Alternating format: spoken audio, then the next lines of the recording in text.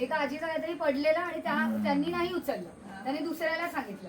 तर हे जर तुम्हाला समजा पाठदुखीचा त्रास चालू आहे आणि तेव्हा तुम्ही नाही केलं तर चालेल, पण एरवी तुम्हाला खालती वाकवून घ्यायला पाहिजे.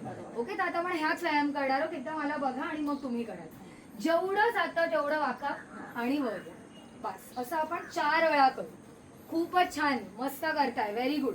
आता आजी स्वतःचे व्यायाम मस्त करतात. आजीने अजून एक त्याच्यावर लेअर ऍड केलाय, हात वर घेण्याचा.